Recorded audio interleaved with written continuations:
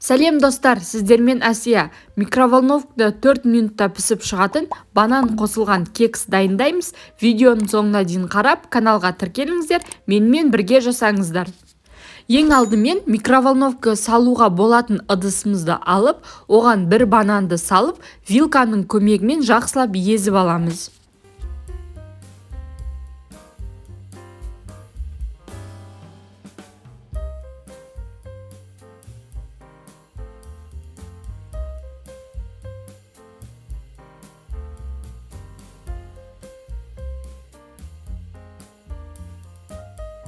Одан соң үстіне бір жұмыртқа саламыз, бір ас қасық қант саламыз, бір ас қасық какао саламыз, және жарты шай қасық разрыхитель саламыз. Барлығын вилканың көмегімен араластырамыз.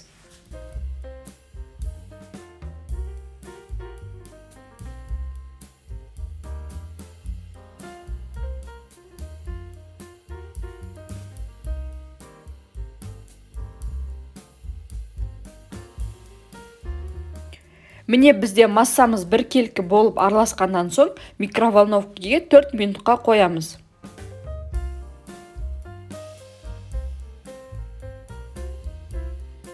Шайнекте шайыңыз қайнап шығам дегенше кексіңізді пісіп дайын тұрады. Шаймен ішуге керемет тәтті, өте оңай жасалуының жолы және тез дайын болады.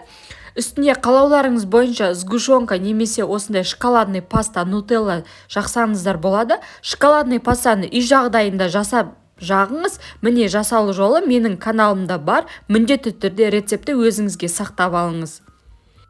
Міне бізде оңай әрі жылдам жасалынатын кексіміз дайын болды. Бананның дәмі шығып, жұп-жұмсақ болып шығады. Осы рецепті өзіңізге міндетті түрде сақтап алыңыз. Бұл видео сіздерге пайдалы болды деп сенемін.